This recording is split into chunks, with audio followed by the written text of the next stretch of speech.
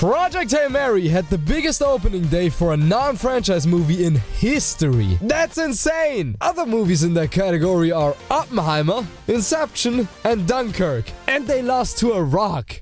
That's historic, but is it justified? Let's start with the story. Is it good? Is it bad? Is it... Somehow Palpatine returned. No! Well, the movie starts off with a cold opening that I really liked. Our main character Grace wakes up from a long coma on a spaceship and has no idea who or where he is. Now here's what's cool. We feel the same way he does because he has the same information that we as viewers have. Grace doesn't know anything about himself. He's experiencing this cold open with us. They did such an amazing job at displaying the sheer panic you'd feel when you realize that you're all alone in space. Light years away from home. Ryan Gosling has this blessing and curse that he's really good looking. You know, that gives him pretty charisma. Just like me. At the start of this movie, they covered his face with a big ugly beard and dirty clothes. But we already sympathize with him because we're experiencing the same negative feelings. That's not because of the actor at this point, it's the writing. And we get to know him through the flashbacks he has throughout the entire movie. And that just makes us like him more since he's getting to know himself at the same time that we do. And there's a lot of science in this movie. But you know what? It works. I didn't get bored because it wasn't too simple and also not too complicated. Oh, just right. Oh, and let me tell you, that movie is actually really funny. Like, many scenes could straight up come from a comedy sitcom. It's not even cringy, it's just lighthearted comedy. You know, better than my humor, I guess. It's funny though. Now Grace finds out that his mission is to save our sun. Black alien microbes are covering it so that all humans will freeze or starve to death in a few decades. There's only one known star that isn't affected. And once he arrives there to study it, he finds out that there's someone else who's on the same mission. An alien! And yeah, it's literally a rock. Wanna know his name? Rocky. I'm not kidding you, it's Rocky. And you know what? He's my favorite part of the movie. These two develop such a genuine and cute friendship that you just can't help yourself but do the They have me rooting for a random teacher and a rock. It's been some time since I watched a movie and was so invested in a friendship. I purposely didn't watch any trailers and read nothing about the movie before watching it. And I really didn't expect such a perfect chemistry between a human and an alien. I didn't even know there was gonna be an alien. It was actually amazing and heartbreaking whenever they were in danger. During Stranger Things, I was really disappointed whenever they didn't kill someone off. But here,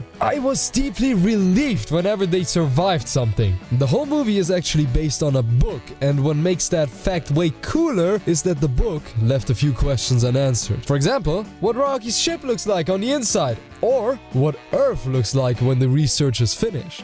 And they showed both things in the movie, and I loved it! From what I've heard, they really did the book justice, and that's not easy nowadays. After the movie ended, I stayed in my seat for a few minutes and thought to myself, this feels like an ending I would search for in fan remakes. It was just too good nowadays. I didn't feel like I deserved such a satisfying ending. Yeah, the last decade of movies set the bar for endings really low, so them, it's possible to have a good movie ending in 2026. Yeah, I said it. It ruined me for other movies. Now the visuals. It's stunning, like PS1 Hagrid beauty. When I think about CGI in modern movies, I think of this. What is this? But here, they not only have beautiful shots, they don't shove wallpapers in your face any chance they get. But when they show you great visuals, they mean it. Just look at this! Ah! That's beautiful. And I noticed that the contrast and colors in every scene are incredibly clean. Look at the saturation. It just looks juicy. I kinda wanna bite into them like... You can really see that a lot of planning went into which color specifically is gonna be where specifically on the screen before they started filming. Also, it's made for IMAX, which means these monsters of a screen. I mean, compare that to a normal screen. Like what? Why do I not have one nearby? And they didn't actually use an IMAX camera. Those things.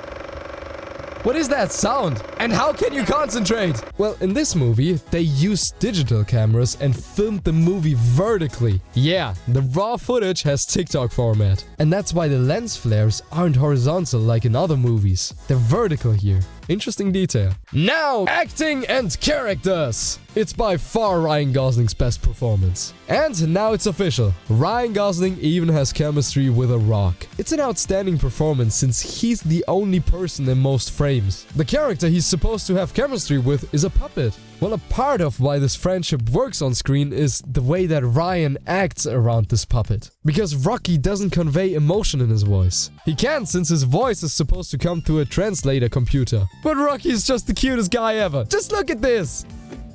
Hi, Grace. I come up. Oh, you're coming up. Foreign body detected. It's exactly because he can't show any emotion through his voice that we see just how well written Rocky is. We can see his values and his emotions behind the words. See, I usually don't care if a main character is happy or maybe even dies in the end. If it makes for a great story, I'm happy. Sad, but happy. Yeah, more like satisfied, I guess. But during this movie, I was rooting so much for them. I just kept thinking, please, don't die, please! Even though it is something that would feel like a tragic but good ending right from the start. But I just really didn't want that to happen. I would have gotten on my knees and prayed, man. I fell in love with a rock, okay? Don't judge me. I know you did too. Music! It's beautiful. They used this contrast between music and silence so well in this movie. There were so many scenes where you hear nothing and then BAM! An amazing soundtrack kicks in. A lot of times it actually sounded like classical music. It really feels otherworldly. Is that a word? It's not the usual Marvel slop dramatic trailer music during the movie. Project Hail Mary really seems like they cared about crafting a good soundtrack. It fits, and it gave me goosebumps at many points. Especially compared with the visuals, like, oh my god! Bonus point, this is a movie that literally anybody can watch. It's about the most fundamental human traits. Friendship, survival, and caring more for a stranger than yourself. You can watch this movie with your granny and she would still get it. She won't even be the oldest person in the room since Rocky is like 500 years old. But there is something that I didn't like. Oh... the German dub. I hated it. It took so much away from the experience. The Marty Supreme dub was incredible compared to this. I might have to rent a cinema room for myself and stream the original in a few months. Rocky's dub was good though. You can't really screw up a voice with no emotion in it. Well, you probably can in the Russian dub. They suck even more, trust me. And if you trust me, subscribe. There will be more videos you will like. Now, you will subscribe? Question? Revenant like. Amaze, amaze, amaze.